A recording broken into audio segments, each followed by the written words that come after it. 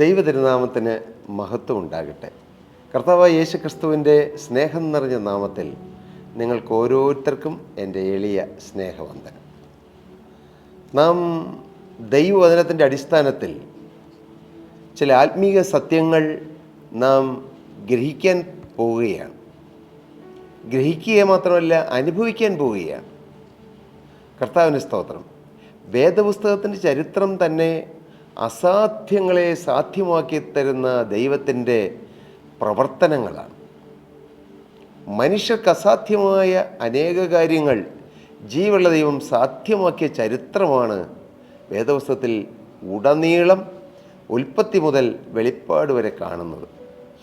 നമ്മുടെ ജീവിതത്തോട് ബന്ധപ്പെട്ട്, നമ്മുടെ ദൈനംദിന ജീവിതത്തോട്, നമ്മുടെ ഔദ്യോഗിക ജീവിതത്തോട്, ആത്മീയ ജീവിതത്തോട്, ഭൗതിക ജീവിതത്തോട്, കുടുംബജീവിതത്തോട്, ഇങ്ങനെയെല്ലാം ബന്ധപ്പെട്ട് കിടക്കുന്ന അനേകം കാര്യങ്ങൾ, അഥവാ നാം ഓരോരുത്തരും അഭിമുഖീകരിക്കുന്നതായ ചില ആവശ്യങ്ങൾ, അത്യാവശ്യങ്ങളെ ചുറ്റിപ്പറ്റിയുള്ളതായ കാര്യങ്ങൾ, അതിൽ ജീവനുള്ള ദൈവം എങ്ങനെയെല്ലാം പ്രവർത്തിച്ചു, അസാധ്യമായിരുന്ന ദൈവം എങ്ങനെ സാധിപ്പിച്ചു എന്നെല്ലാമാണ് ബൈബിളിൽ കൂടുതലായി രേഖപ്പെടുത്തിയിരിക്കുന്നത്. ഉൽപ്പത്തി പുസ്തകം 1-ാം അധ്യായം ആദ്യം മുതൽ നാം വായിച്ചു നോക്കുമ്പോൾ ആ 1-ാം അധ്യായം തന്നെ വലിയ അത്ഭുതത്തിൻ്റെ ഒരു അധ്യായമാണ്.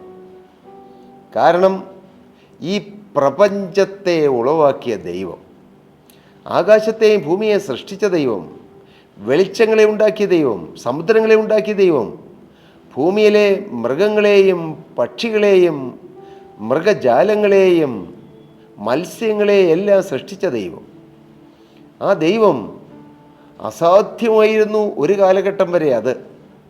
പക്ഷേ ദൈവം അത് സാധ്യമാക്കി. ഈ പ്രപഞ്ചം ശൂന്യമായിരുന്നു, എന്നാൽ ജീവനുള്ള ദൈവം ഈ പ്രപഞ്ചത്തെ ഉണ്ടാക്കി. ഒന്നുമില്ലായ്മയിൽ നിന്നും ഉണ്മയായത് ഉളവാക്കി ജീവനുള്ള ദൈവം. വെളിച്ചമില്ലായിരുന്നു, പക്ഷെ വെളിച്ചം ഉണ്ടാകട്ടെ എന്ന് ദൈവം കൽപ്പിച്ചു. അതാണ് ഉൽപ്പത്തി പുസ്തകം 1-ാം അധ്യായം 3-ാമത്തെ വാക്യം. അതിനുമുമ്പ് 2-ാമത്തെ വാക്യം വായിക്കുമ്പോൾ, ഭൂമി പാഴായും ശൂന്യമായി ഇരുന്നു, ആഴത്തിന്മീതെ ഇരുളുണ്ടായിരുന്നു, ദൈവത്തിൻ്റെ ആത്മാവ് വെള്ളത്തിന്മീതെ പരിവർത്തിച്ചുകൊണ്ടിരുന്നു. ദൈവത്തിൻ്റെ സ്തോത്രം. പിതൃപുത്ര പരിശുദ്ധാത്മാവും ദൈവത്തിൻ്റെ പ്രവർത്തനം നമുക്കവിടെ കാണാൻ കഴിയും. നിത്യനായ ദൈവം തൻ്റെ സ്വർഗീയ കാര്യപരിപാടിയിൽ ഭൂമിയെ സൃഷ്ടിക്കുകയാണ്. അപ്പോൾ ആദിയിൽ വചനമുണ്ടായിരുന്നു, വചനം ദൈവത്തോടുകൂടെയായിരുന്നു, വചനം ദൈവമായിരുന്നു, വചനമാകുന്ന ക്രിസ്തു ആദിയിൽ അവിടെ ഉണ്ടായിരുന്നു. 2-ാമത്തെ വാക്യം വായിക്കുമ്പോൾ, ദൈവത്തിൻ്റെ പരിശുദ്ധാത്മാവ് വെള്ളത്തിന്മേൽ വ്യാപരിച്ചുകൊണ്ടിരുന്നു.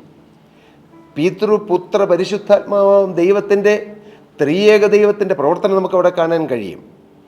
ത്രിയേക ദൈവം എവിടെയെല്ലാം ഇറങ്ങി വന്നിട്ടുണ്ടോ അവിടെ അത്ഭുതങ്ങൾ നടന്നിട്ടുണ്ട്, അതിശയങ്ങൾ നടന്നിട്ടുണ്ട്.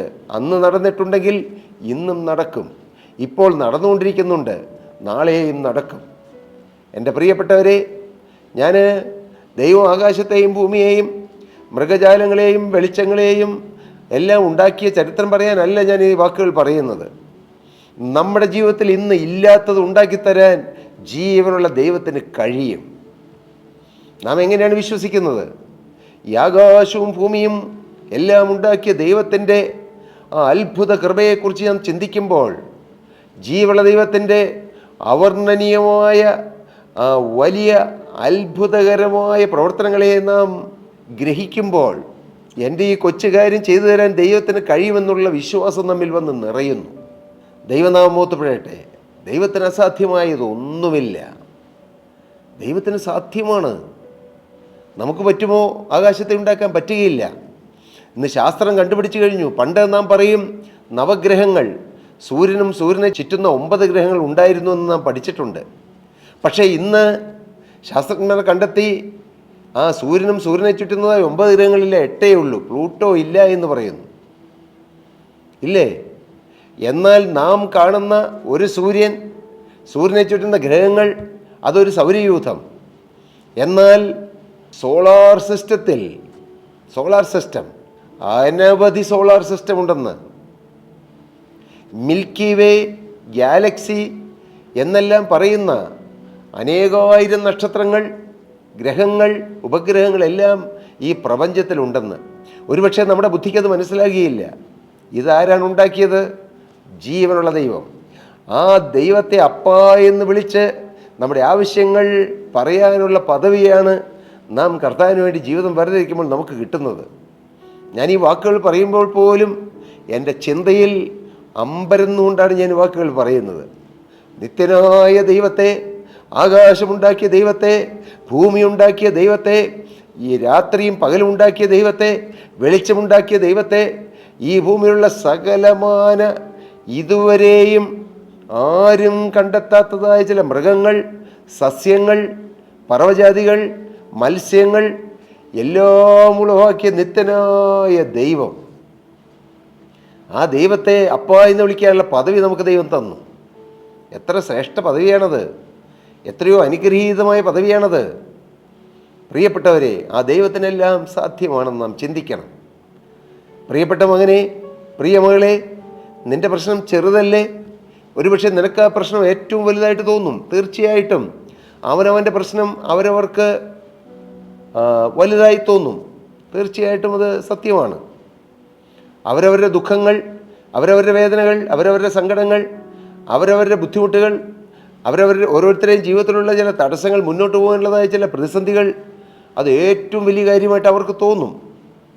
പക്ഷേ നാം ദൈവത്തെങ്കിലേക്ക് നോക്കുമ്പോൾ, വചനത്തിലേക്ക് നോക്കുമ്പോൾ നമുക്ക് മനസ്സിലാകും, ഇത്രമാത്രം ആകാശത്തെ ഉണ്ടാക്കിയ ദൈവത്തിന് മോനെ നിൻ്റെ കാര്യം ചെയ്തു തരാൻ കഴിയില്ലേ?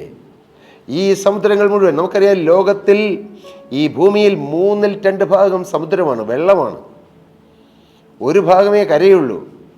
എന്നാൽ ഈ സമുദ്രത്തെ മുഴുവൻ ഉളവാക്കിയ ദൈവം, നാം ആരെങ്കിലും ഈ ലോകത്തുള്ള സമുദ്രത്തിലൂടെ മുഴുവൻ യാത്ര ചെയ്തിട്ടുണ്ടോ? ഇല്ല. ഈ ഭൂമിയിലുള്ള മുഴുവൻ സമുദ്രത്തിൻ്റെ അങ്ങോളം ഇങ്ങോളം യാത്ര ചെയ്യാൻ ഒരു മനുഷ്യന് കഴിയില്ല. അത്രമാത്രം വിശാലമാണ് സമുദ്രം. ഈ സമുദ്രത്തെ തൻ്റെ ഒരു വാക്കുകൊണ്ട് ഉണ്ടാകട്ടെ എന്ന് പറഞ്ഞപ്പോൾ ഉണ്ടാക്കിയവനാണ് ദൈവം. ആകാശം ഉണ്ടാകട്ടെ എന്ന് പറഞ്ഞു, ഭൂമി ഉണ്ടാകട്ടെ എന്ന് പറഞ്ഞു, വെളിച്ചം ഉണ്ടാകട്ടെ എന്ന് പറഞ്ഞു. ദൈവത്തിന് സ്തോത്രം. സമുദ്രം ഉണ്ടാകട്ടെ എന്ന് പറഞ്ഞു, രാത്രി ഉണ്ടാകട്ടെ എന്ന് പറഞ്ഞു, പകലുണ്ടാകട്ടെ എന്ന് പറഞ്ഞു, ജലജന്തുക്കൾ ഉണ്ടാകട്ടെ എന്ന് പറഞ്ഞു, കന്നുകാലികളും മൃഗങ്ങളും ഉണ്ടാകട്ടെ എന്ന് പറഞ്ഞു. അങ്ങനെ 6 ദിവസം കൊണ്ട് തൻ്റെ വായിലെ വാക്കിനാൽ, വചനത്തിൻ്റെ അത്ഭുത ശക്തിയാൽ ഈ പ്രപഞ്ചത്തെ, ഈ ഭൂലോകത്തെ മുഴുവൻ സൃഷ്ടിച്ച ദൈവം, ആ സൃഷ്ടാവാൻ ദൈവത്തെ അപ്പ എന്ന് വിളിക്കാനുള്ള പദവിയാണ് നമുക്ക് തരുന്നത്. ആ ദൈവത്തെ വിളിക്കാം അപ്പ. ആ പുത്രത്വത്തിൻ്റെ പദവിയാണ് ഓരോ രക്ഷിക്കപ്പെട്ട ദൈവത്തിൻ്റെ മേലും കർത്താവ് നിക്ഷേപിക്കുന്നത്.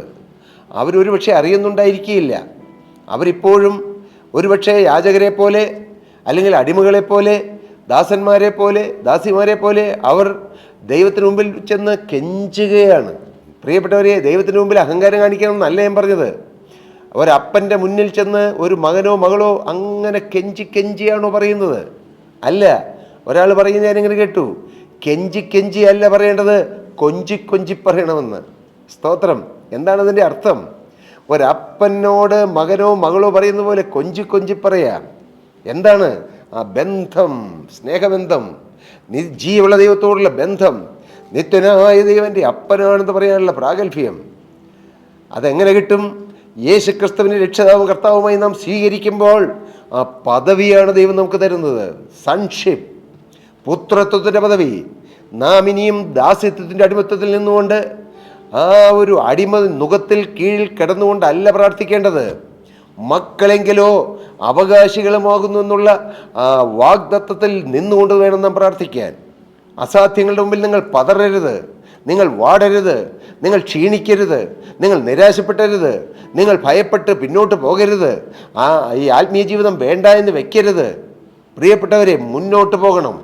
തുടർന്ന് ഇനിയുള്ളതായ അനേകം ദിവസങ്ങളിൽ നടക്കുന്ന ദൈവവചന ശുശ്രൂഷകളിൽ ഈ അസാധ്യങ്ങളെ സാധ്യമാക്കി തരുന്ന ജീവനുള്ള ദൈവത്തിൻ്റെ അത്ഭുതകരമായ പ്രവർത്തനങ്ങളുടെ ഔന്നത്യത്തെക്കുറിച്ചും ജീവനുള്ള ദൈവത്തിൻ്റെ കരബലത്തെക്കുറിച്ചും ഭുജബലത്തെക്കുറിച്ചെല്ലാം സംസാരിക്കാമെന്നാണ് ഞാൻ കർത്താവിൻ്റെ കൃപയിൽ ശരണപ്പെടുന്നത്. ദൈവത്തിന് അസാധ്യമായതൊന്നുമില്ല. ആകാശമുണ്ടാക്കി സൂര്യചന്ദ്ര നക്ഷത്രാദികളെ ഉണ്ടാക്കിയ ദൈവത്തിന്, മോനെ നിൻ്റെ കടം വലുതാണോ? മകളെ നിൻ്റെ രോഗം വലുതാണോ? നിൻ്റെ കുടുംബ പ്രശ്നം വലുതാണോ? നിനക്കൊരിച്ചിരി പൈസയുടെ കാര്യം ചെയ്തു തരാൻ നിൻ്റെ ദൈവത്തിന് കഴിയലെന്നാണോ നീ കരുതിയത്? മോനെ, നിൻ്റെ ആരോഗ്യത്തിൻ്റെ കാര്യം ദൈവത്തിന് നോക്കാൻ കഴിയലെന്നാണോ നീ ചിന്തിച്ചത്? നിനക്കൊരു വീട് തരാൻ, നിനക്കൊരു വാഹനം തരാൻ, നിൻ്റെ മക്കളെ ഉന്നത നിലയിൽ പഠിപ്പിക്കാൻ, നിൻ്റെ മക്കളെ പെൺമക്കളെ ഒന്ന് വിവാഹം കഴിച്ചയക്കാനുള്ള കാര്യത്തിൽ നിനക്കൊരു നീക്കുപോക്ക് തരാൻ ഈ ദൈവത്തിന് കഴിയില്ലെന്നാണോ പറയുന്നത്? എന്തുകൊണ്ടാണ് കർത്താവ് പറഞ്ഞത് നിങ്ങൾക്ക് കടുകുമണിയോളം വിശ്വാസം വേണമെന്ന്? ഇതാണ് വിശ്വാസം. ഇന്നലകളിൽ പ്രവർത്തിച്ച ദൈവത്തിന് ആ ദൈവം ഇന്നും പ്രവർത്തിച്ചുകൊണ്ടിരിക്കുന്നു. ആ ദൈവം നാളെയും പ്രവർത്തിക്കും. ഇതാണ് വിശ്വാസം. ഹല്ലേലൂയ.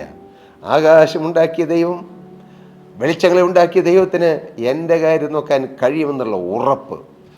ആ വിശ്വാസം എന്ന ചാനലിലൂടെയാണ് നിത്യനായ ദൈവത്തിൻ്റെ പ്രവൃത്തി വെളിപ്പെടുന്നത്. ഞാൻ ആ ഒരു കാര്യം മാത്രം, സൃഷ്ടിപ്പിൻ്റെ കാര്യം മുഴുവൻ വിശദീകരിക്കാനല്ല ഞാൻ ആഗ്രഹിച്ചത്. അത് പറയാനല്ല.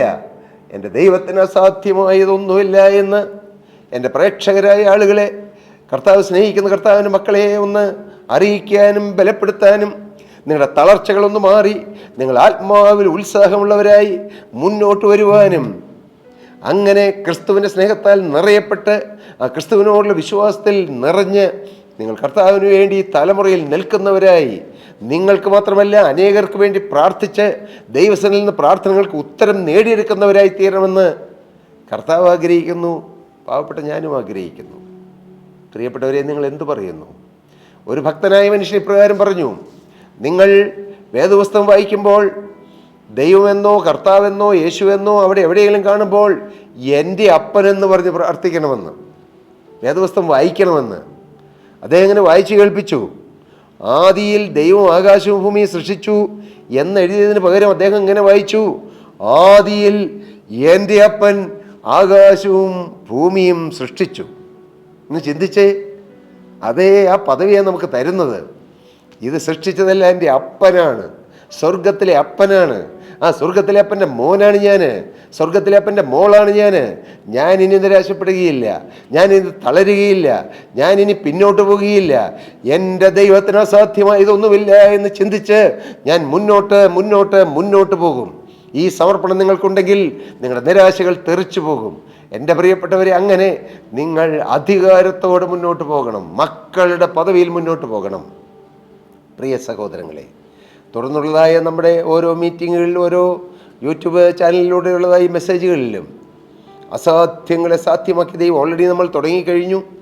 എങ്കിലും പുതിയ നിയമത്തിലും പഴയ നിയമത്തിലും ഒളിഞ്ഞും തെളിഞ്ഞും കിടക്കുന്ന ജീവനുള്ള ദൈവത്തിൻ്റെ പ്രവൃത്തികളെ വർണ്ണിച്ചുകൊണ്ട് ഈ ദൈവത്തിന് ഒരു കാര്യവും അസാധ്യമല്ലെന്ന് നമ്മുടെ ഹൃദയപ്പലകമേൽ എഴുതി തരാൻ കർത്താവ് ആഗ്രഹിക്കുന്നു. ഹല്ലേലൂയ. ഇന്ന് ഞാൻ എൻ്റെ വാക്കുകളെ ചുരുക്കട്ടെ. സൗരയൂഥത്തെ നിർമ്മിച്ച ദൈവം, അന്തരീക്ഷത്തെ നിർമ്മിച്ച ദൈവം, കാലാവസ്ഥയെ നിർമ്മിച്ച ദൈവം, ഇരുളും രാത്രി ഉണ്ടാക്കിയ ദൈവം, വെയിലും ചൂടും മഴയും ഉണ്ടാക്കിയ ദൈവം, ആ ദൈവത്തിന് മോനെ നിൻ്റെ സകല പ്രശ്നത്തിനും പരിഹാരം തരാൻ കഴിയും. ഈ വാക്കുകൾ പറഞ്ഞുകൊണ്ട് ഞാൻ വാക്കുകളെ നിർത്തുന്നു. കർത്താവ് നിങ്ങളെ അനുഗ്രഹിക്കട്ടെ എന്നും വിശ്വാസത്തിൽ സമ്പന്നരാക്കട്ടെ എന്നും, പ്രാർത്ഥനയിലൂടെ അനേക കാര്യങ്ങൾ നേടിയെടുക്കുന്നവരായി, ആത്മീയമായും ഭൗതികമായ കാര്യങ്ങൾ നേടിയെടുക്കുന്നവരായി തീരുവാൻ ദൈവം നിങ്ങൾക്ക് എല്ലാ കൃപയും നൽകട്ടെ എന്ന് പ്രാർത്ഥിച്ചുകൊണ്ടും അനുഗ്രഹിച്ചുകൊണ്ടും ഞാൻ എൻ്റെ വാക്കുകളെ നിർത്തുന്നു. ദൈവനാമം മഹത്വപ്പെടട്ടെ. പ്രിയ സഹോദരി സഹോദരങ്ങളെ, നിങ്ങൾക്ക് പ്രാർത്ഥന വിഷയം ഉണ്ടോ? തീർച്ചയായും ഞങ്ങളെ വിളിക്കുക. താഴെ കാണുന്ന നമ്പറിൽ കോൺടാക്ട് ചെയ്യാം. പക്ഷേ ഞങ്ങൾ എന്നും പറയുന്നൊരു കാര്യം, നിങ്ങൾ ഈ ദൈവവുമായി ബന്ധം സ്ഥാപിക്കുക. എന്നിട്ട് നിങ്ങൾ സ്വർഗത്തിലെ അപ്പനോട് പറ, ദൈവം നിങ്ങളുടെ കാര്യം സാധിപ്പിച്ചു തരും. അപ്പോൾ നിങ്ങൾക്ക് ഉറപ്പാകും ഈ എളിയവൻ നിലവിളിച്ചു യഹോവ കേട്ടു എന്നുള്ള ദൈവവചനത്തിൻ്റെ പ്രസക്തി എന്തെന്ന് നിങ്ങളുടെ സ്വന്തം ജീവിതത്തിൽ നിങ്ങൾക്ക് അനുഭവിക്കാൻ ഇടയാകും. അതിനിടയാകട്ടെ എന്ന് പ്രാർത്ഥിച്ചുകൊണ്ടും അനുഗ്രഹിച്ചുകൊണ്ടും ആശംസിച്ചുകൊണ്ടും ഞാൻ വാക്കുകളെ നിർത്തുന്നു. ദൈവനാമം മഹത്വപ്പെടട്ടെ. സ്തോത്രം.